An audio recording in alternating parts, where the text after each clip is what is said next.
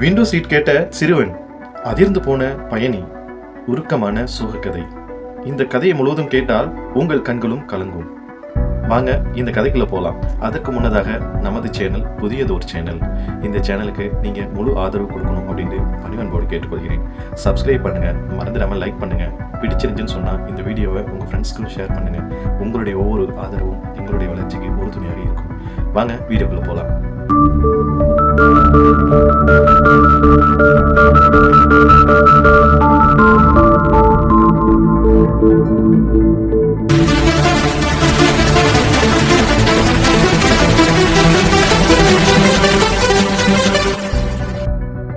நாம் பயணத்தை தொடங்கும் பொழுது சிறிய ஆட்டோவில் சென்றாலும் சரி, ஃப்ளைட்ல சென்றாலும் சரி, நாம விரும்பி ஆசைப்படுவது இந்த விண்டோ சீட்டு தாங்க.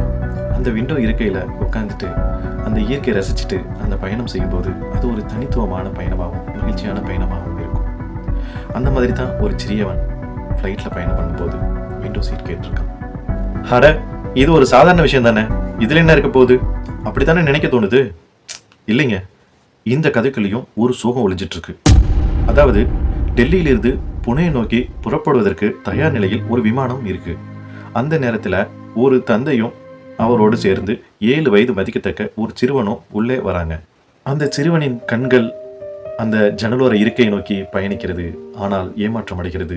அந்த இருக்கையில் வேறு ஒரு பயணி அமர்ந்திருக்கிறார். அப்போது அந்த பயணியிடம் ரொம்பவும் பணிவுடன் அந்த சிறுவன், எனக்கு இந்த இருக்கையை தர முடியுமா என்று கேட்டிருக்கிறான். அந்த சிறுவனின் தந்தையும், எனது பையன் விமான நிலையத்திலிருந்தே இந்த இருக்கையை கேட்டுக்கொண்டே வந்தான் அப்படின்னு சொல்றாரு.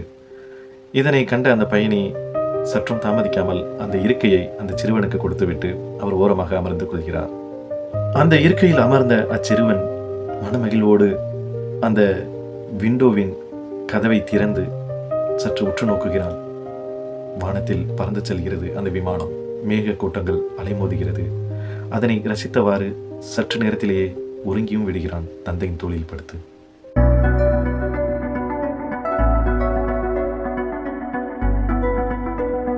விமானம் இறங்குவதற்கு 20 நிமிடத்திற்கு முன்பதாக அந்த சிறுவனின் தந்தை அந்த பயணியிடம், நீங்கள் கொடுத்த அந்த வாய்ப்பினை அவன் முழுவதுமாக பயன்படுத்திக் கொள்ளவில்லை, என் மகன் உறங்கிவிட்டான் என்று கூறுகிறார். அப்பொழுது அந்த பயணியும், பாவம், அவன் சோர்வில் இருக்கிறான் போல, அதனால் உறங்கிவிட்டான் என்று அவரும் கூறுகிறார். அப்போது அச்சிறுவனின் தந்தை ஒரு மிகப்பெரிய உண்மையை போட்டுடைத்திருக்கிறார். ஆம், நீங்கள் கூறியது போல் அவன் சோர்வாகத்தான் இருக்கிறான். காரணம், அவன் டெல்லியில் உள்ள Rajiv Gandhi cancer institute and research சென்டரில் கடந்த 8 மாதங்களாக சிவியர் பிளாஸ்டிக் அமினியாவால் பாதிக்கப்பட்டு உயிருக்கே ஆபத்தான சூழ்நிலையிலிருந்து தற்போதுதான் மீண்டு அவன் குணமடைந்து வீட்டிற்கு செல்லலாம் என்று மருத்துவர்கள் கூறியது அடிப்படையில் நான் அழைத்து செல்கிறேன் என்று கூறியிருக்கிறார். இதனை கேட்ட அந்த பயணி ஒரு கணம் அதிர்ந்து போய்விட்டார். மேலும் அச்சிறுவனின் தந்தை, எதற்காக இந்த ஜன்னலோர இருக்கையை என் பையன் கேட்டான் என்று உங்களுக்கு தெரியுமா என்று அவரிடம் கேட்டு அதற்கான காரணத்தையும் விளக்கி இருக்கிறார். அதாவது, அப்பா, நான் ஜன்னலோர இருக்கையில் அமர்ந்து அந்த மேகத்திற்கு மேல் நான் செல்லும் பொழுது கடவுளுக்கு அருகில் இருப்பேன் அல்லவா, அதனால் என்னை இந்த நோயிலிருந்து காப்பாற்றிய கடவுளிடம் நான் நெருக்கமாக நன்றி கூற விரும்புகிறேன் என்று கூறியிருக்கிறான். இதனை சற்றும் எதிர்பாராத அந்த பயணி கண்கலங்கி விட்டார், நம்மை போலவே. இறுதியாக அனைவர்களும் நன்றி கூறி விடைபெற்றனர். இதனை தனது வலைதள பக்கத்தில் பதிவிட்டுள்ள அந்த பயணி, யாரையும் நாம் எளிதில் நிறுத்திவிட முடியாது, ஒவ்வொருவர் வாழ்க்கையிலும் ஒரு கதைகள் இருக்கலாம் என்று கூறியதோடு, தனது வாழ்நாளில் நாம் செய்யக்கூடிய சிறிய அன்பான செயல் அவரது வாழ்நாளில் மறக்க முடியாத நிகழ்வாக கூட இருக்கலாம் என்று கூறி தனது விண்டோ சீட்டை தாராளமாக விட்டு கொடுத்ததின் மூலம் நான் ஒரு மிகப்பெரிய உன்னதமான பாடத்தை கற்றுக்கொண்டதாகவும் கூறியிருக்கிறார். இந்த மறக்க முடியாத அனுபவத்தை பதிவிட்ட பயணி புனேயை சார்ந்த உலக புகழ்பெற்ற ஃபின்டெக் நிறுவன நிர்வாகி அனுகுமார் பேடி ஆவார்.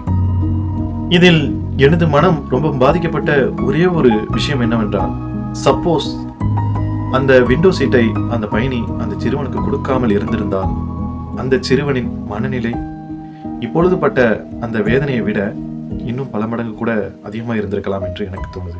அதே சமயத்தில் இந்த விண்டோ சீட்டை அவர் விட்டு கொடுத்ததன் மூலம் அவருடைய மனநிலை அந்த இடத்தில் எந்த அளவுக்கு ஒரு உயர்ந்த உள்ளத்தை அடைந்திருக்கும் அப்படிங்கிறதும் இது நல்லா தெளிவாக புரிகிறது.